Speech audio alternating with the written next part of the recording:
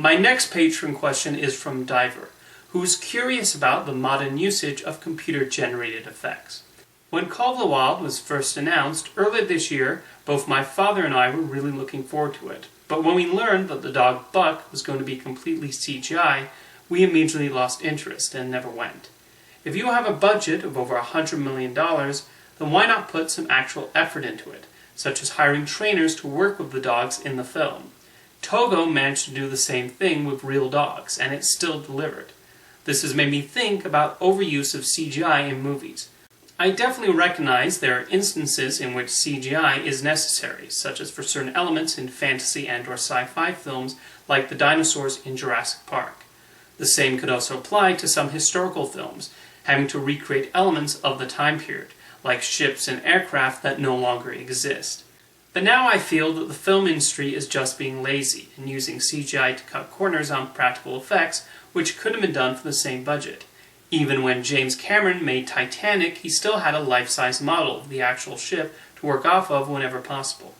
We've even had some films, like Beowulf and Final Fantasy, in which the filmmakers tried to make the CGI characters as realistic as possible, often to the point of resembling the actors portraying those characters. If you're going to do that, then why not just cast actual people instead of going through all that trouble making a motion capture computer animated film? How do you feel about the way CGI is being used in lieu of practical effects? Do you think that the film industry could be potentially abusing CGI, or at least using it too excessively?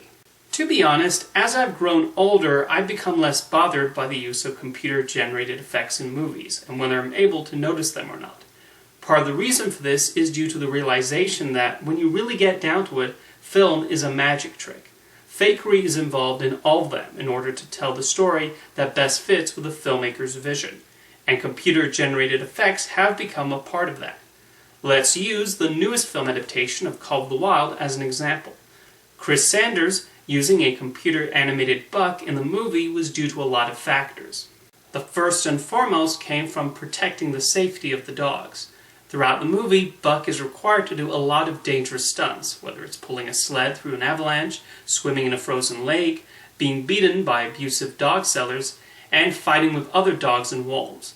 It would have been impossible to have Buck do 90% of the action in the movie without them getting into some sort of trouble.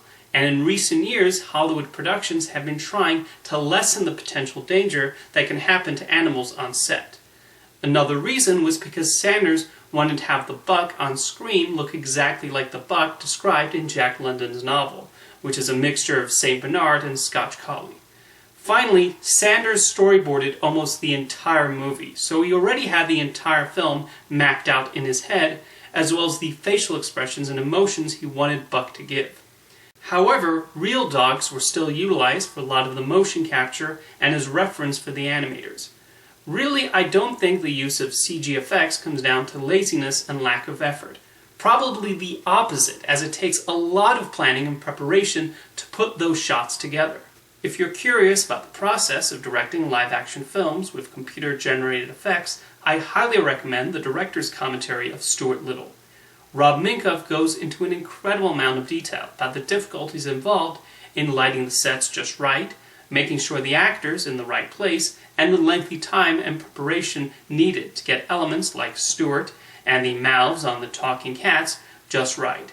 It's not as simple as just plopping the effect into the scene. There are multiple departments involved, like pre-visualization, animation, modeling, rigging, texture, lighting, compositing, and many more.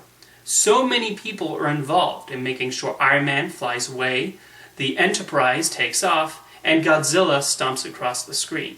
Even films you would not think involve heavy use of computer-generated effects do, like I, Tonya, The Wolf of Wall Street, and Parasite, to name a few notable examples.